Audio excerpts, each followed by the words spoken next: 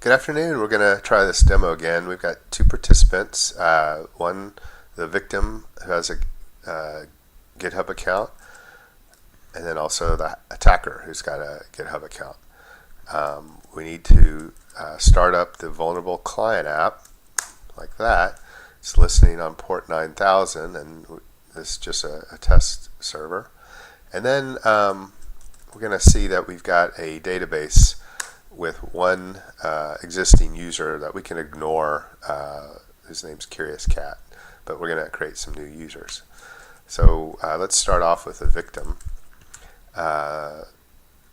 We'll do delegated login instead of a username and password. Is redirected to GitHub to consent to allow. Here's the vulnerable client's logo to identify that we're going to consent to allow that client app to make requests on our behalf, and we are the victim here. So authorize that, and then we get redirected back, and then GitHub gives us a token that we can use to fetch our user information so that we can create a user record in the database. The client app creates the user database. Here it is. We have a new user record. Here's the victim's unique ID for the client app. And then here's the GitHub ID, which associates the GitHub account with this victim's user record here on the system. And then we're going to randomly assign users a name just for visual aid there. So the next time that the user logs in to this client app, the client app will find the GitHub ID and then use that to look up the user to log them in, and then finds that this is the ID that we want. So that's what would happen. So now let's go to the attacker, and this is where the interesting stuff happens. That's the victim. Here's the attacker. The attacker goes through the same process. But before we authorize this, we need to prevent the browser from redirecting back to the client, because that redirect URL, we want to have the victim visit it instead of the attacker. So the attacker started this process, and when we before we click this, we need to block requests.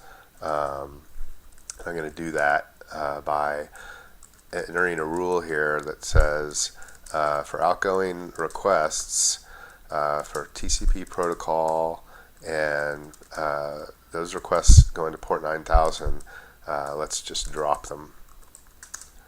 Alright, so now when we the browser is going to get stuck trying to do the redirection, because it's trying to redirect to port 9000 and that request is getting blocked. So what we want to do is we want to get that URL. We want the victim to click on that URL, because this URL has a code and as a parameter that's associated with the attacker's GitHub account, not the victim's GitHub account. So we can't just close this tab and expect the browser to cancel this request. We need to allow it to time out, and that's the mistake I made. I didn't wait for it to time out before, so I'm going to pause the recording, and when it times out, we'll continue. Okay, and as you can see, that redirection request has timed out, so now we can safely undo that rule that we added. First, let me kill that tab, and then we can go to this and flush out the rules there. Bam. So now requests to the vulnerable web app will be allowed. So now we're going to trick the victim to clicking on the URL. And normally we would put this URL in a web page for the victim to visit, like in an image tag. So the image tag, the URL attribute would be this URL, or maybe an iframe tag, where same thing, the URL attribute is this callback URL, which has a code which is associated with the attacker's GitHub, not the